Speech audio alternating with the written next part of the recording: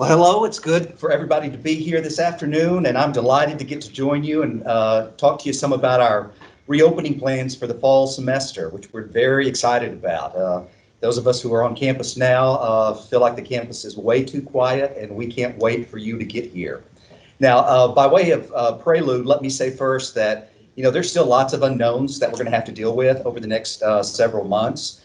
Changes are occurring in some of the documents that we look at on a regular basis, and we're monitoring very closely materials from the governor's office in Texas about campuses reopening, and we're also monitoring the CDC guidelines about campuses reopening. And those are two of our primary guides to help us make wise decisions as we move forward. And if you go to the website of the Texas Higher Education Coordinating Board or the CDC, and you look at when the last time those websites were updated, you'll see that they were updated relatively recently. So we'll continue to do the same thing with all of our plans, making use of the best advice, the best guidance we can get as we move forward. So I'm going to talk to you about what keep in mind that that will probably continue to be updated throughout the semester. Now, we're keeping our opening plans on our website, and you can find those there, and we'll also indicate when we update those plans so that you know what version you're looking at. And let me say right at the beginning that our number one priority in reopening for the fall semester is your safety. And we're going to really take that seriously and lean into that responsibility. And we think that we're uniquely positioned to be a sort of sanctuary for students. Lots of reasons for that. One is our geographical location. Some of you are probably very familiar with the Hill Country. Some of you are probably less familiar with the Hill Country, but it is a sort of place that isn't in a major metropolitan area. While there have been some cases of COVID in the county, there are many fewer than you would find in lots of other locations around the state. Kerrville itself is a very safe place as well, and we are very fortunate to have a regional medical center here in Kerrville. That means it has lots of capacity and lots of highly trained staff on board, and they're partnering with us throughout this entire project. And in fact, a lot of colleges and universities have clinics on their campus, and sometimes that's just a staff member who runs that. Our clinic is actually run by Peterson Regional Medical Center, and it's their nurse practitioner which staffs that clinic all the time. So we have a very close relationship with them. And then it's also the case that we're a small residential campus. And if you've been to a lot of residential campuses while you were deciding what school to go to, then you'll know that on many of these campuses, there's a wall around the campus. And you'll see that here at Schreiner as well. And probably at some point in our history, that was meant to, not let the community come onto campus. And so it would let you stay apart from the community. Now, of course, we think having an important partnership with our community is really vital, and it adds energy to the campus. But it's also a reminder that we can stay inside our campus community and increase our safety here. So for all of these reasons, we really think we're uniquely positioned to provide you the safe experience. And while safety is our number one goal, our number two goal is to provide you as much of the college experience as is possible. And going to classes is one part of the college experience, and it's a very important part of the college experience. But it's also important to have discussions in residence halls and discussions over cups of coffee, and to participate in intramurals while you're here, and to play things like bingo. There's a lot of bingo played on college campuses. To go to athletic events, and we want you to have as much of that sense of normalcy as possible next year. And so safety is number one, and providing that comprehensive college experience is number two. Now, the semester won't be able to be entirely normal, and I'm going to talk about some of the things that we're going to be doing, but our goal is to make it feel as normal as possible for you. And so one of the things we're going to do next year, and probably into the future, is we're going to have 2 7-week terms instead of one long term. And as we've done some research on this, we've actually found that it looks like student learning is improved vastly when colleges and universities have put two 7-week subterms within a fall and a spring semester. It lets you focus on a smaller number of courses rather than trying to manage all 15, 18 hours at the same time. And we're going to do this so that we provide a day of intentional support as well, academic support, so that you can really get the support you need in these 2 or 3 classes that you'll be enrolled in. And we think it's going to make for a much greater learning environment. Now, that's also going to put us in a position where we can end the fall term in Thanksgiving. So you'll go home at Thanksgiving and you will have completed your first term at college. We're going to offer a virtual mini-mester in December and another one in January, and let you take a course in each of those if you choose at no additional cost. And that's going to help you maybe get back on track if you had difficulty in the class, or it'll help you accelerate your time to graduation. Or maybe it's just an opportunity for you to take something that you've been interested in and didn't know you were going to have a chance to fit it in one of the regular terms. So that will look a little bit different, but we think it's going to be a great change. We're also going to lean into testing pretty heavily. So we're going to work with Peterson Regional Medical Center to test everybody when they come onto campus. And we're looking at 2 different models right now. We haven't made a decision which way we're going to go. In one model, the test is sent to your home, you do a self-swab, and then you send that test back in. In another model, you actually come to campus in staggered time slots, and we have rapid response tests that we can give. It takes about 45 minutes to get a reading on that. I think that's what we're leaning to right now. We'll probably try to bring some of our first-year students in earlier so that they can begin their orientation activities at the start of the semester, and then bring the rest of the population in over the next several days.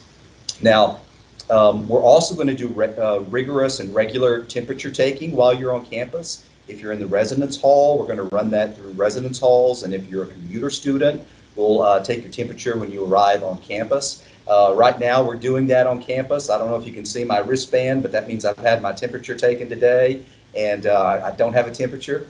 And the more we can lean into this testing and this rigorous temperature taking to see if anybody's symptomatic, the more we can let you have as much of a normal semester experience as possible. And somewhere here, I have my face mask. You'll see a lot of the employees in particular who are going to be wearing a face mask on campus. And again, the more the employees can really be serious about that and flex that muscle and practice that, the more we can let you have that normal college experience. So be very careful in late July, early August, where you go, what you do, because we will be testing people. And that way we get a baseline negative from everybody on campus. That's what we're shooting for. If anybody does test positive, we're going to ask you to do that first term, at least a portion of it, from home. And you'd have to take those courses virtually and then come back and complete that subterm here on campus. But really our plan is for you to be very careful in late July, early August. We do the test, everybody's negative, and we can all get the semester underway. Now, once you're here, we've got the opportunity to limit 1 person to each room. So everybody's going to have their own room next year. And we'll have a ratio of 2 to 1 people, 2 people to 1 bathroom. So a 2 to 1 student to bathroom ratio. A lot of schools don't have that space. We're lucky that we do at this point. We'll also have a few rooms set aside because if anybody tests positive throughout the semester, we want a place where you can isolate on campus unless you need to go home at that point. So we've got a good residence hall space, and we'll be using all of it. We're going to treat our residence halls really as family units. And so once you're here and you've tested negative, then you get the opportunity to sort of interact as you would any other semester with that family unit. And we think that's going to be important to having a rich and robust residence hall experience. In terms of our classroom experience, you're going to see really an acceleration of what we've been doing for several years. So right now, or before COVID-19 ever happened, We had students who were on campus and might have taken a course or two virtually each semester. They might have had a course that was hybrid, and they would have had face-to-face courses as well. And that's the sort of thing you can expect next year as well. So it may very well be you're in one course that's entirely online. It may be another course where you go to class once or twice a week, and then there's an online component. And then there'll be some experiences that are absolutely face-to-face experiences. And we'll put social distancing in place, so we'll move desks apart. And it's our hope that by the time August gets here, once we observe that social distancing and we keep doing those rigorous testing and temperature taking, that you won't have to wear a mask in those classes either. Now, there are almost certainly going to be sometimes you will have to wear a mask unless something dramatic changes between now and then. We just don't think that at every point throughout the day you'll be able to keep yourself independent from people who aren't in your family unit or your residence hall. So, so if you have a mask you like, bring that with you. We're going to have some here as well. But dining services is going to be an opportunity for you to eat with your family unit. So we'll probably set up multiple dining locations across campus, and then you can eat as you normally would with that family unit. We're also going to make sure we have a very robust takeout system, so that if there's some reason you can't or don't want to eat with your family unit, then you'll be able to get your meal and eat it wherever you'd like to on campus.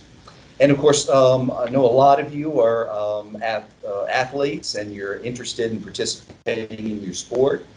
And in some ways, this is where we have the least amount of indication about what the fall will look like at this point. So we're all waiting for guidance from the NCAA. We're, of course, an NCAA Division III school, and they've given some very preliminary guidance about Division I football practices for individuals, but they really haven't gave sort of systematic guidance about a lot of other sports. So we're waiting on that guidance. And there's some of you who are athletes in sports that aren't governed by the NCAA. So you might be a wrestler, or you might be on one of our shooting teams. And those aren't NCAA sports, but my guess is that the governing bodies for those sports will follow pretty closely the guidance of the NCAA.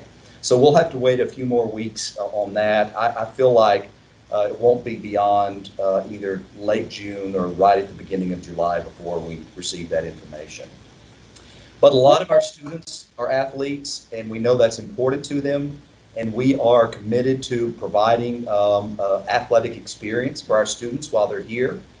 And so we will very likely put teams together as family units in common residence halls, and so that even if the NCAA and the other sporting authorities say we're not going to have a season this year, we can provide a competitive season within our campus, so we can have our teams playing each other here on campus. We think participation in sports is powerful for all sorts of reasons. Lots of things that are transferable on the court or on the field to all other aspects of your life. So we'll be able to keep some sort of system going there. I will tell you, I've had a conversation with all the other presidents of the Southern Collegiate Athletic Conference. That's the conference that Schreiner is part of. This includes schools like Trinity and Southwestern and Austin College and Colorado College. All of those presidents are eager to have athletic teams playing, even if it's restricted to just the other schools in our conference. But we're all committed to doing that.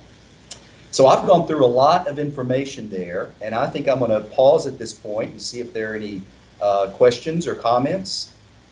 We do actually have one question. It is, are campus visits for incoming freshmen allowed at this time? Are campus visits allowed at this time? Yes, they are.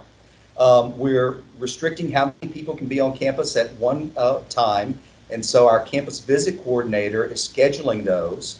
And Danielle, you put in the chat box how to contact the campus visit coordinator.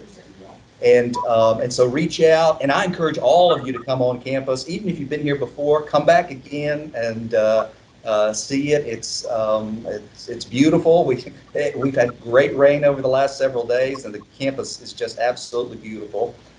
We haven't really lost any trees. Kerrville had uncharacteristically big winds last week, and we were worried that we might lose some trees, but the campus has survived very well. Dr. McCormick, we do have another question. The question is, can you please repeat what you had said about the housing requirements? What are the housing requirements? So for housing, what we're going to do is have each student in his or her own room. Okay, so everybody will have their own room, regardless of which residence hall or apartment that is on campus. And that's everybody from a first-year student to a senior student. And we will have a ratio of 2 people to 1 bathroom. And it probably won't surprise you to know that one of the first things your residence life staff is going to do with you when you get on campus is go over the protocols for cleaning the bathroom very well, since 2 of you will be sharing 1 bathroom. But that's going to be our model for residence halls moving forward. We have another question. Are living and learning communities going to be roomed together, and will we be able to leave campus for groceries, go home, etc.?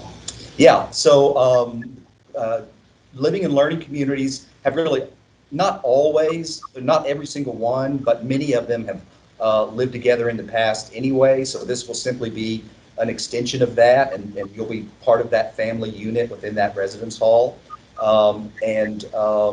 If you haven't looked at our living and learning communities yet, I encourage you to do so. These are opportunities for you to get connected to students with interests that are like yours, and we have a wide variety of these. So you can see all of that on our webpage. The second part of the question was, are we going to be able to leave campus for groceries and things like that? And the answer is yes, you can. You know, Kerrville, because of how well we've weathered all of this coronavirus, that restaurants in town they were able to open at 50% occupancy, while a lot of other places could only open at 25% occupancy. So we still have you know, a very robust scene downtown in terms of who's going to restaurants and things like that. The reason we can let that happen and you can go off campus whenever you'd like to is because every day we're going to take your temperature and give you that wristband that I talked about. So we're going to be checking very closely to make sure that you don't have any symptoms. I should also say this too. We talked about testing when you first arrive on campus, and it's our intention to probably test everybody once more throughout the fall term, just to make sure this would happen on a staggered basis, just to make sure nobody's positive. And then certainly for students who show any signs of that could be coronavirus related, we'll have tests where we can do a rapid response test there too, and see if it's a cold or the flu, or if it's something related to the coronavirus. We also have a question whether or not this recording will be posted on our website. Yeah, we're recording this presentation, and we'll put it on our website so that you'll be able to see it, or let other people in your family, maybe who couldn't be here today, refer to it. We have an additional question by Larissa. Larissa wants to know, do we have to get tested before going on campus?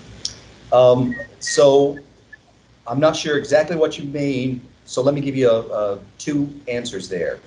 If you want to come and visit on campus and go on a campus tour, or you sign up with our campus visitation, you don't have to get tested for that. We are going to ask you to wear a mask this summer during that process, but we will ask everybody to be tested before we start the fall semester. That's our faculty, our staff, and all of our students will be tested, because we want to make sure that everybody's negative at the start of that process. We will provide that testing process for you. You don't have to do that on your own.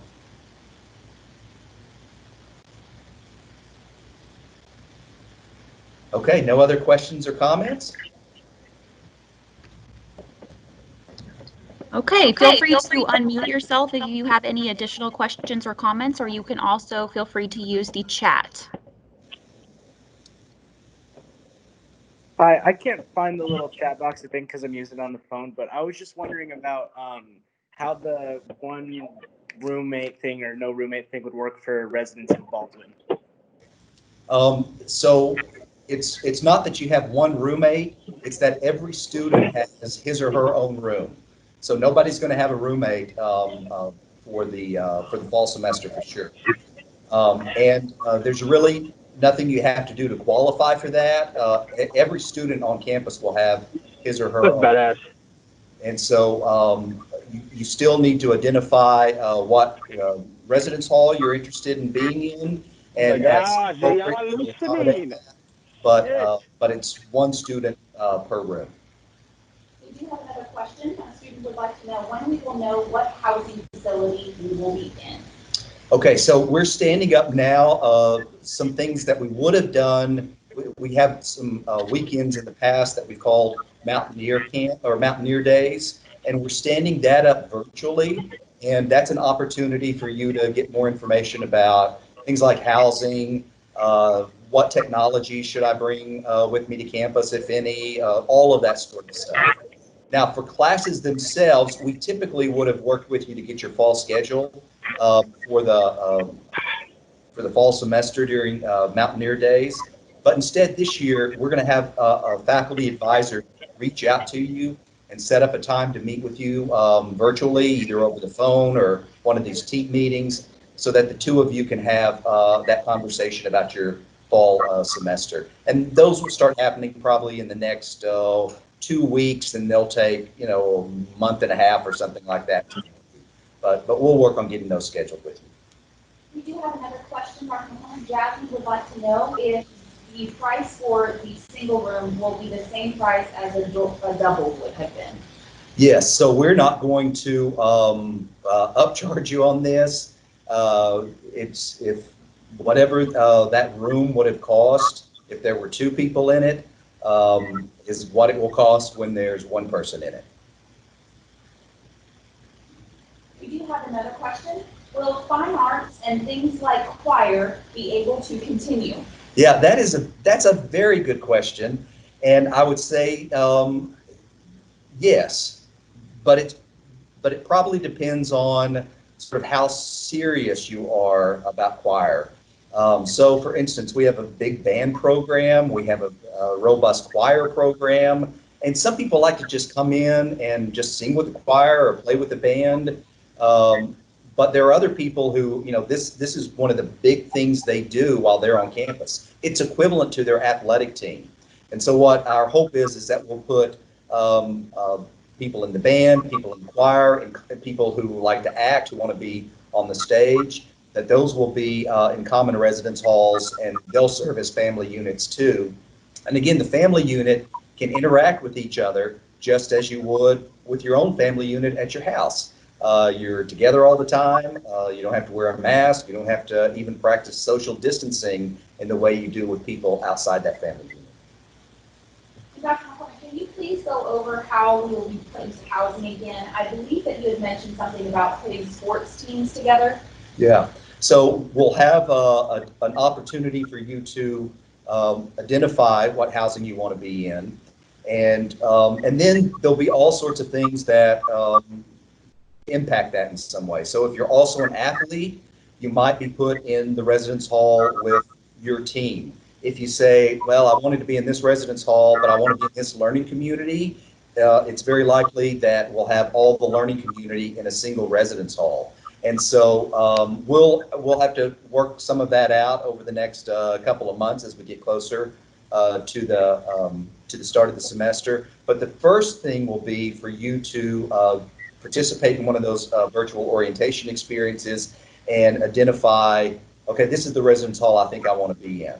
And then we will come back and if that conflicts with the learning community you want to be in or one of your athletic teams, we'll come back and say, okay, these are the trade-offs about being here in this residence hall versus being part of this learning community, and we'll let you we'll give you everything you need to resolve that issue. I do have a question in terms of out-of-state students coming in. If they come in and they have a temperature, what's going to happen to them? Well, if they have a temperature, that's not necessarily a problem. So because what we're actually testing for is the COVID-19. So if they tested positive, then what we're saying right now is we would ask them to go back home until they no longer test positive. If there could be a situation in which that was really impossible or unwise, and then we are setting up some spaces on campus where students can self-isolate. It won't be in their regular residence hall because they're sharing a bathroom with somebody else. This is in a different residence hall where you don't share a bathroom with anybody else. And so that could happen, but my gut feeling is that a family probably wouldn't want a child to stay here if in fact they were positive. So we'll play that sort of by ear. Dr. McCormick, can you please discuss if there will be any limitations on how people are going to be able to socialize while on campus? Yeah, so there probably will be some limitations about how people socialize.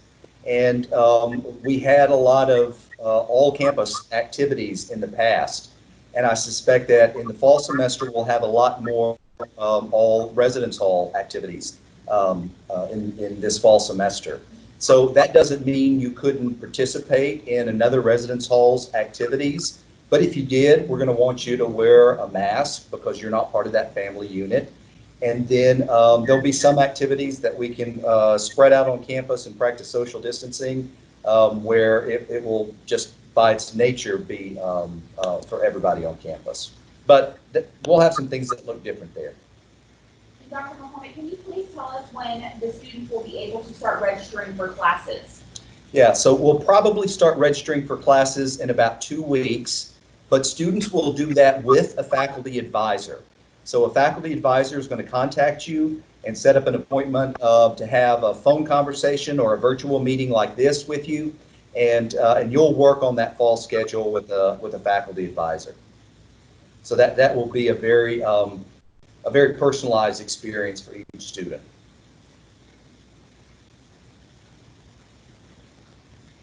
For move-in day, will there be a limitation on how many family members can come help the students move in? Yeah, the question is about move-in day and how many people can help the students move in. It depends on, part of the answer depends on how we do the testing, whether that testing happens at home or whether it happens when somebody arrives on campus. But my gut right now tells me that, yeah, we will try to limit how many people show up on campus to help move in. So one of our traditions here at Schreiner has been that sort of the entire campus turns out to help with move-in. And in fact, one of the sort of things parents are surprised about during move-in day is a crowd of Schreiner people descends on the car and all the boxes and clothes and everything is rushed up to the room, and they almost don't know what happened. And we'll still turn out and do that this year, so there'll be lots of people on hand who are going to help manage that process, and that's just one of the things we love to do as a campus, and we'll continue to do that this fall semester.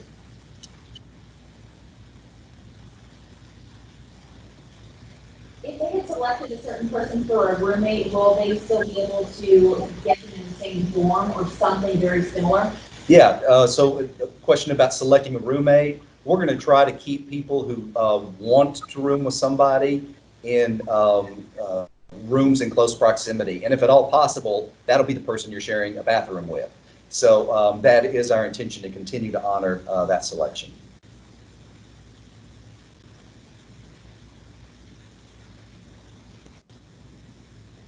Okay, feel free to unmute your mics if you have any questions for Dr. McCormick, or go ahead and write it in the chat.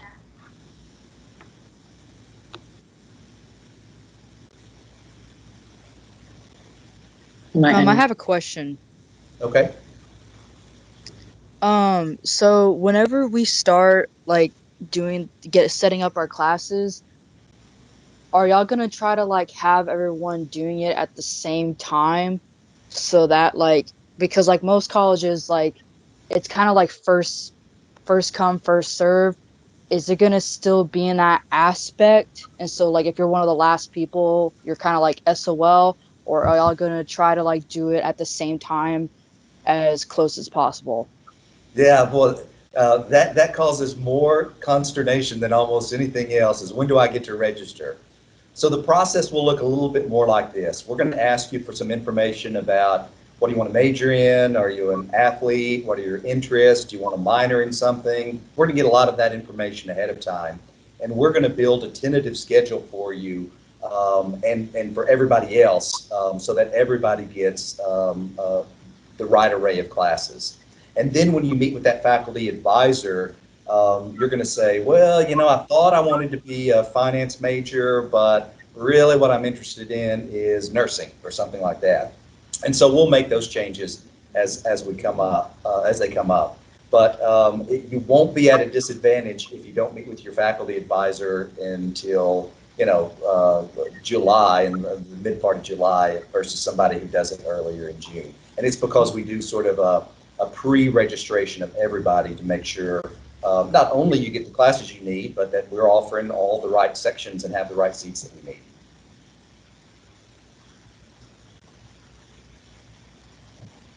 When did you expect that the move-in date for incoming freshmen might be set? I think it will be set, probably within the next week or so. And again, we're trying to finalize how we're going to do the testing process this week, and that will give us a lot more insight. But you know, I was talking to our provost earlier today, who's our chief academic officer, and he was talking about a date of August 10th or let's see, yeah, maybe August 10th. That's a Monday, or the Saturday before that, which is the 8th.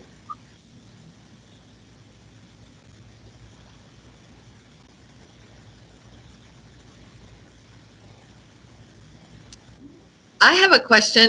If they are living in apartments, will they be living by themselves? No, but we'll have the same ratio. And I should say that it's really not our intention to have any of the first year students living in the apartments. Those will primarily be, if not exclusively, our sophomores, juniors, and seniors. So we'll really have our first year students in our residence halls. In the past, we've had our first years and our sophomores in the residence halls, and then juniors and seniors are in the apartments, but we're going to let sophomores be in the apartments next year. So my son's a transfer student, so he'll be a junior. Okay, good. So even in the apartments, we're going to keep the same ratio. Everybody will have their own room, and there'll be 2 people that share 1 bathroom. So we've got some apartments that are efficiencies, and of course that's, you know, 1 bedroom and 1 bathroom. We've got some apartments that are 4 bedrooms and 2 bathrooms. We've got all sorts of configuration, but every student will have their own room, and we'll have 2 students sharing 1 bathroom regardless of the configuration.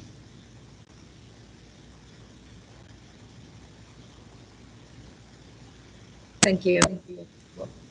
Due to the shortened semester, is there going to be a price change at all in the food side of things? I don't expect it on the dorm side since they're all going to be in individual rooms, but for the food, since they won't be there as long, is there going to be a change at all in that?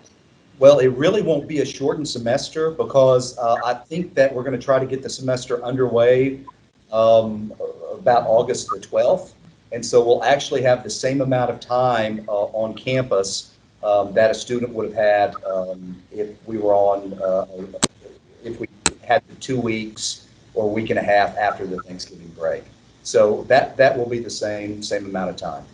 Okay, good to know. Thank you. You're welcome.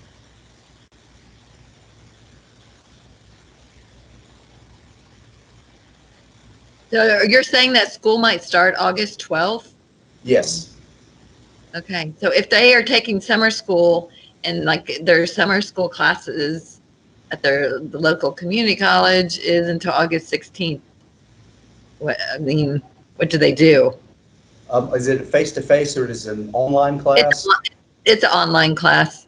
Okay, So, my recommendation would be, you know, to finish it online while you're in residence here at Schreiner. okay.